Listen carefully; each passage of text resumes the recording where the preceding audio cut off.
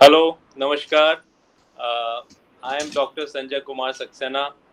I am a senior consultant and head of neurology at Max Hospitals, Patparganj and Vaishali in Delhi. So, on the occasion of the World Multiple Sclerosis Day, which happens to fall on 30th of May, Sunday, the next Sunday, uh, it is the right time for us to make people aware about the kind of disease which multiple sclerosis is. And since this is to educate all sorts of people, I'll be using a mix of Indian language, Hindi, and English, so that more people can understand. Multiple sclerosis एक ऐसी बीमारी है जिसके नाम में ही लिखा है multiple, मतलब बहुत सारा या बहुत बार।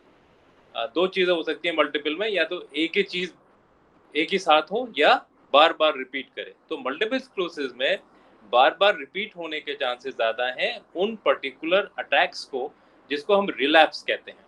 यानी multiple sclerosis is a disease where one can have multiple recurrent attacks of a neurological symptom।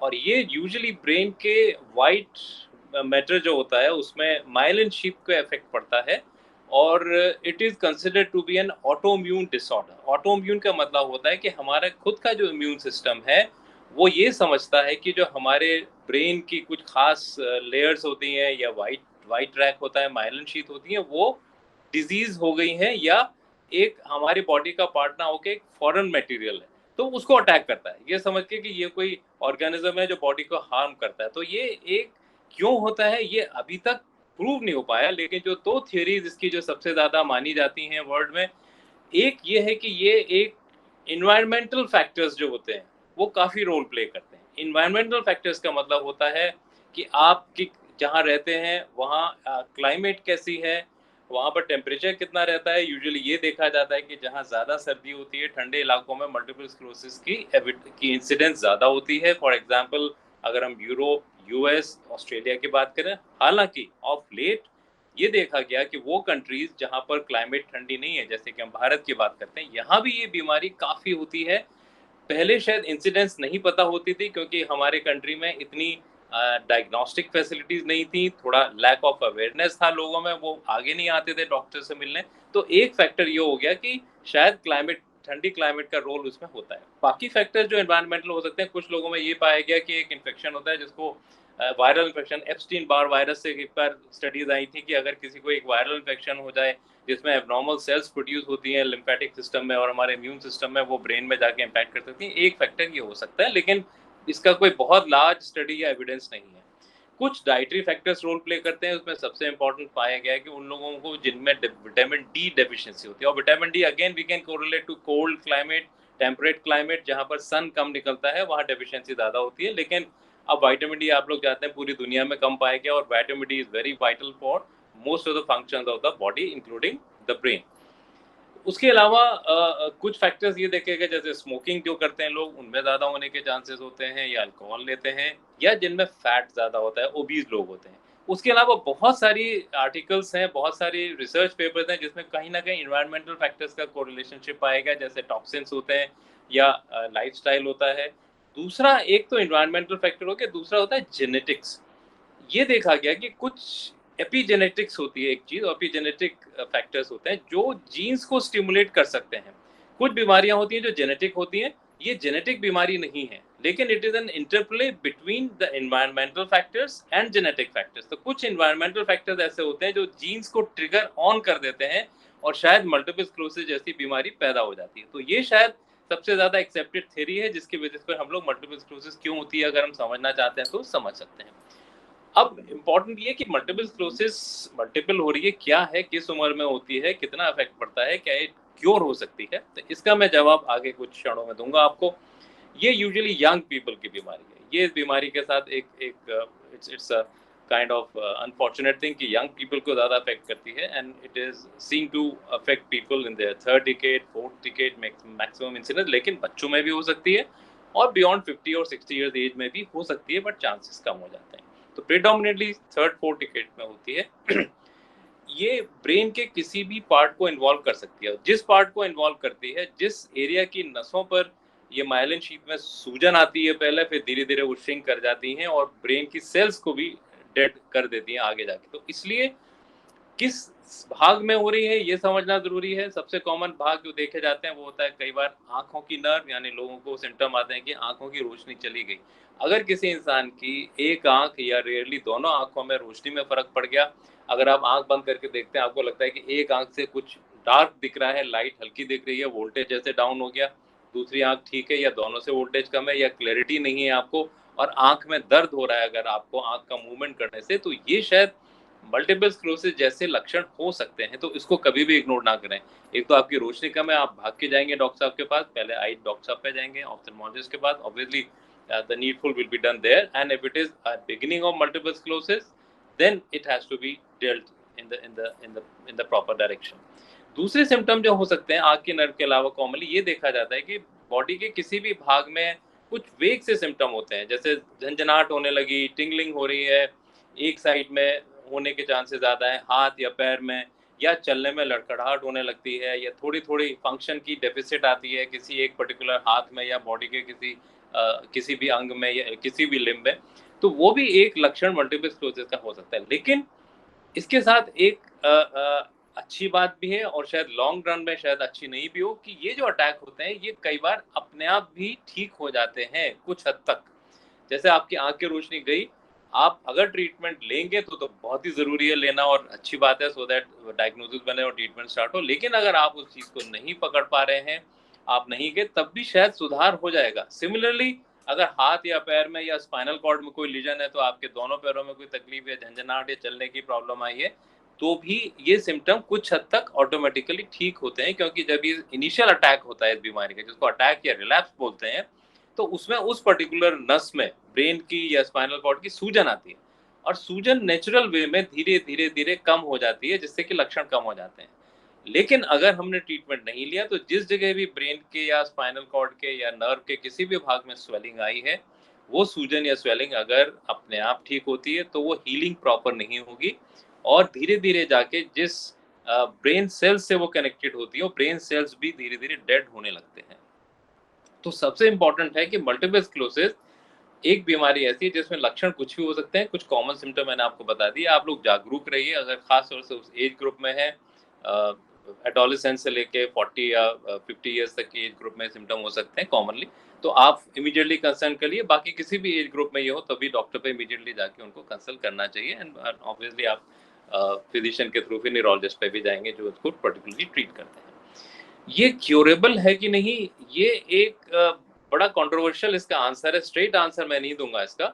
बहुत सारी बीमारियां क्योर भी हो सकती हैं, बट मल्टीपल स्क्लेरोसिस एक ऑटोइम्यून बीमारी है, और आपको ये बात शायद पता होगी कि autoimmune diseases are rarely treatable to the extent of the cure, but multiple sclerosis या कोई भी ऑटोइम्यून बीमारी अगर हम उसको रेगुलर ट्रीटमेंट लेते हैं तो उसको हम ट्रीटमेंट से कंट्रोल रख सकते हैं।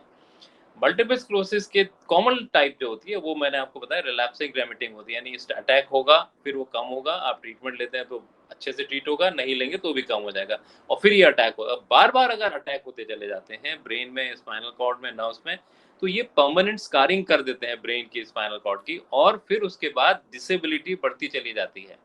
यानी रिलैप्सिंग रेमिटिंग, रिलैप्स हुआ, ठीक हुआ, इसके बाद अगर हम ट्रीटमेंट नहीं लेते हैं तो ये एक प्रोग्रेसिव स्टेज में चली जाती है बीमारी, कम से कम आधे लोगों में चली जाती है। अगर 100 लोगों को रिलैप्सिंग रेमिटिंग टाइप की डिजीज है, तो वो 100 में से आधे लोगों को अगर प्रॉपर ट्रीटमेंट नहीं लेंगे, पूरा ट्रीटमेंट नहीं लेंगे, तो ये प्रोग्रेस करने के चांसेस हैं और वो फिर बढ़ती चली जाती है। वहाँ ट्रीटमेंट इज वेरी डिफिकल्ट और ज़्यादा चैलेंजिंग होता है, और आपने देखा होगा कि कुछ लोग इसमें अगर ट्रीटमेंट नहीं लेते हैं तो वो काफ़ी डिसेबल हो जाते हैं।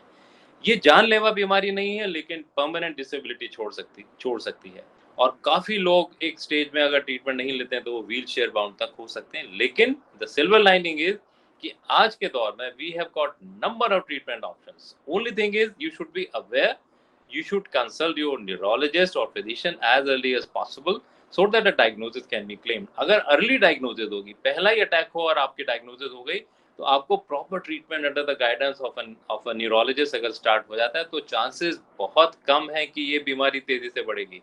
इन अटैक्स को रोकने का ट्रीटमेंट बहुत अच्छा उपलब्ध है, और पिछले अगर हम बात करें 1996 या 7 से ऐसी दवाइयाँ आ गई हैं जो अटैक को कम कर सकती हैं। शुरू में हम इंटरफेरॉन्स यूज़ करते थे, अभी भी यूज़ करते हैं माइल्ड डिजीज़ में। उसके बाद एवरी ईयर पिछले अगर हम 8-10 साल की बात करें तो कुछ ना कुछ नई दवाएँ हर साल उपलब्ध हो रही हैं हमारे पास।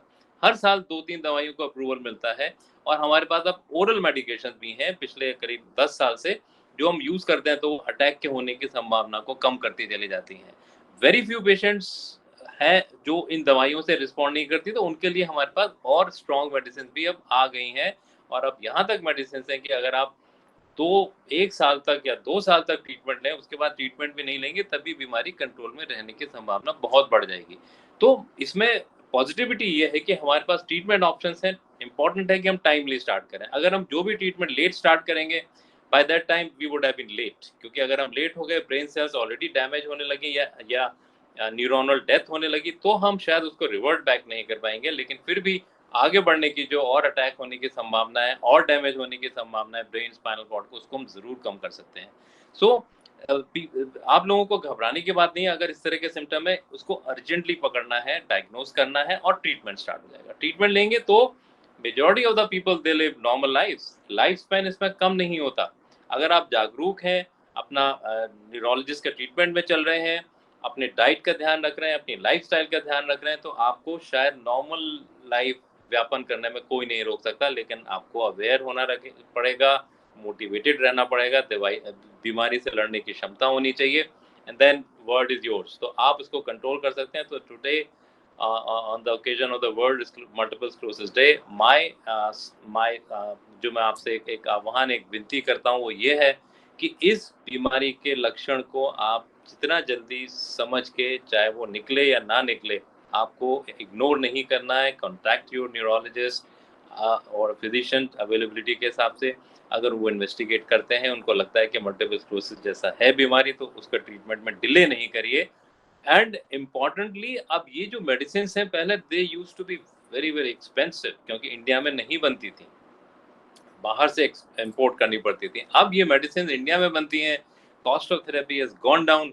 अब आप समझ लीजिए, एक 5 स्टार होटल में एक डिनर करने में जितना खर्चा आता है, उतने में पूरे महीने का ट्रीटमेंट हो जाता है इस बीमारी को। ऐसी बीमारी जो आगे बढ़ के आप किसी भी व्यक्ति को अगर ट्रीटमेंट डाल लें, वो हैंडीकैप कर सकती है, डिसेबल कर सकती है, असिस्टेंट की जरूरत पड़ेगी लाइफ में अगर नहीं लेंगे। तो मेरा सिर्फ ये आपसे आह्वान है आज के दिन, let us take a pledge that today we will be more aware, we will gather more information about this disease, multiple sclerosis, which is found all over the world, and in India it is increasing.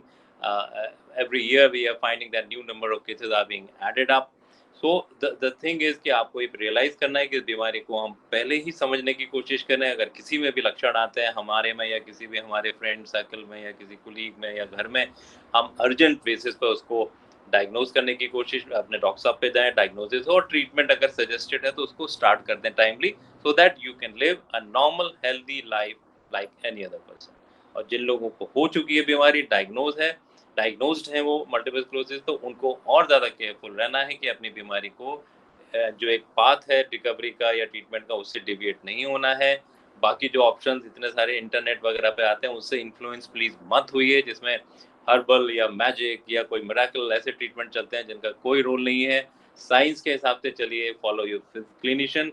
अगर medical science या allopathy से आपको फायदा नहीं हो रहा है, तो इसका मतलब डिजीज डिफिकल्ट है, चैलेंजिंग है, उसमें और ज़्यादा दिमाग लगने चाहिए। फ्यू मोर कंसल्टेशन, एक्सपीरियंस लोगों के शेयर करके ट्रीट किया जा सकता है, लेकिन don't deviate from your path. So please be aware, act fast, and get yourself or the patient जो भी इसके diagnosed हो रहे हैं treated, and follow the guidelines which are there practiced by neurologists.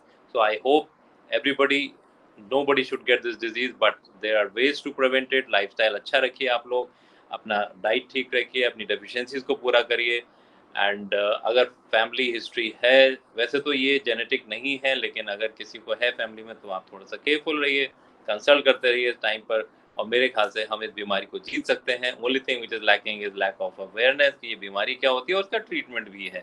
So we have got very good treatment, very excellent diagnostic facilities are available in our country. So why not, if at all somebody is having this disease, unfortunately, should be diagnosed and look at the positive side that this can be treated and one can live a normal, healthy life.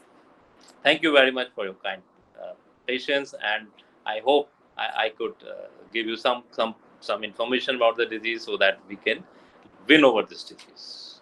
Namaskar.